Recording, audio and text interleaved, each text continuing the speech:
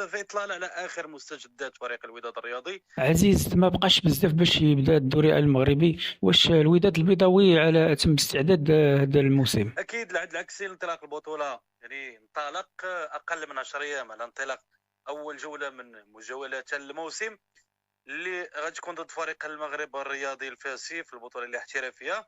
ففريق الوداد الرياضي مازال تيرمم الصفو ديالو، مازال تيحاول يقوي المجموعة ديالو استعدادا أولا للبطولة وكذلك الدوري ديال التميز كأس العرش والحدث الكبير غيكون في نهاية الموسم اللي هو كأس العالم للأندية، واللي غيكون فيه فريق الوداد الرياضي ضمن 32 فريق اللي غادي يكون مرشح. اخ عزيز، واش بصح هاد الاخبار بان الوداد البيضاوي انتدب لاعب اجنبي من جنوب افريقيا؟ فريق الوداد الرياضي اعلن اليوم رسميا ضم لاعب محترف جديد ثالث الاسماء الاجنبيه، واللي هو من نفس الجنسيه ديال مدرب الفريق مكوينه. اللاعب هو كاسيوس مايلولا، لاعب اللي التحق بصفوف فريق الوداد الرياضي من صفوف فريق تورونتو اف سي الكندي اللي يمارس في الدوري الكندي، وكذلك الام ال اس ديال الدوريات الامريكيه للمحترفين. ولكن الوداد ما اعلنتش على هذا الشيء رسميا. الوداد اكتفى باعلان ضم اللاعب بدون ذكر تفاصيل، ولكن التفاصيل فاستقيناها من الموقع الرسمي ديال الفريق اف سي تورونتو اللي اعلن ضم اللاعب لصفوف فريق الوداد الرياضي على سبيل الاعاره الى غايه 31 يوليوز 2025، يعني لنهايه الموسم.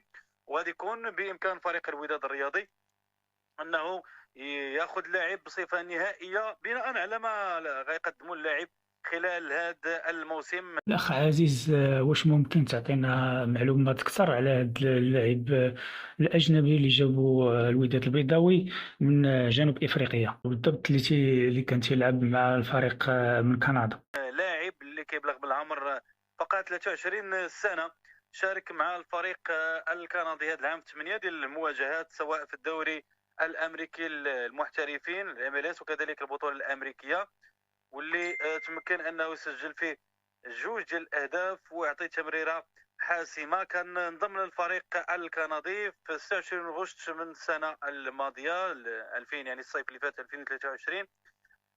قبل من هذا الفريق هذا اللاعب هذا فجاء من الدوري الجنوب افريقي مع فريق ماميلودي سان داونز اللي كان في 32 مواجهه سجل فيها 16 هدف وقدم فيها 5 ديال التمريرات حاسمه، الشيء اللي خلانا الانظار تتجه ليه. وكان عنده مجموعه من العروض، لاعب يسبق ليه يلعب حتى مع المنتخب الجنوب افريقي جوج ديال المواجهات في 2023. دونك لاعب عزز خط الهجوم اللي كنا تكلمنا في اخر مره قلنا هو الشونتي اللي مازال عند مكونه والطاقم ديالو، انه دار انتدابات مهمه ووازنه في خط الدفاع، كذلك مجموعه من انتدابات في خط الوسط.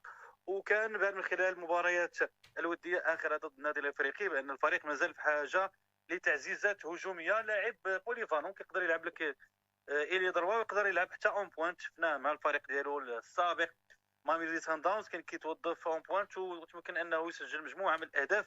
لاعب اللي كيشبه في طريقه اللعب ديالو اللاعب التنزاني اللي كان فريق الوداد الرياضي سيمون مسوفا. هذا بخصوص هذا الانتداب. واش كاين شي انتدابات واحدة أخرى؟ وشنو وقع ما بين نسيم الشاذلي والفريق الوداد البيضاوي؟ شنو هو المشكل اللي بيناتهم بين الطرفين؟ شنو هو المشكل؟ اكيد مازال انتدابات اخرين، كل شيء كيسولنا على نعم. لاعب نسيم الشاذلي. لماذا كان الحديث على انه قريب يوقع ولكن الصفقه باقا ما تماتش؟ هضرنا على قبل وقلنا بان الوداد كان نهار التفاوض مع الفريق ديالو وتوصل مع الاتفاق، مي مع فريق الوداد الرياضي مازال ما كاينش اتفاق على امور ماديه اللي كتخص العقد. وكيبان بان الوكيل ديالو هو اللي مصعب الامور على مبلغ اللي كان باقي قيد النقاش، هو اللي مخلي حتى دابا هذه الصفقه ما تتمش، ولكن احتمال انها تتم في اقرب الاجال.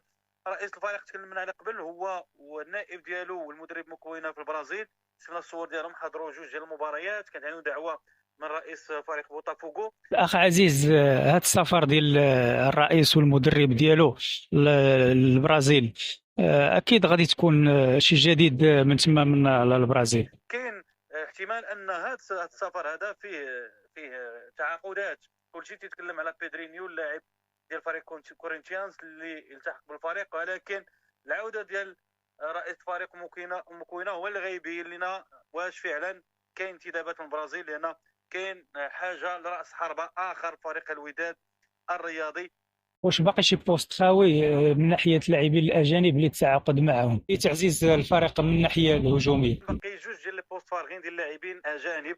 كاين جوج ديال الموريتانيين اللي هما لاعب اللي التحق في الميركاتو الشتوي العام اللي فات سيدي بونعمار وقدم اداء جيد، محسن بودال ميليو مهم. تيران ديال فريق نواديبو اللي مازال لحد الساعه ما شفناش في مباراه وديه، مهم. ثم مايلولا اللي اليوم رسميا فهو قدم اوراق اعتماده. اللي بالنسبه لمايلولا لان الدوري الكندي والدوري الام ال اس فهو مازال لاعب، يعني اللاعب واجد، ممكن انه مجرد انه يلتحق بالفريق يجري التدريب ويقدر يبدا مع الفريق الموسم، في الوقت اللي فريق الوداد الرياضي مازال كيجري التدريب ديالو تحت قياده المدرب المساعد الان فرايس، اللي تنعرفوا انه خبره، وكان بزاف المرات تكلم عليه مكونه وقال بانه كان في حاجه مهم. المساعد بحال هذا، مدرب ما كيقولش لي هو مدرب بحال هذا اللي حقق نجاحات كلاعب وكذلك كمدرب، اللي شرف وبامتياز على مجموعه من نعم. الفرق وحقق القاب.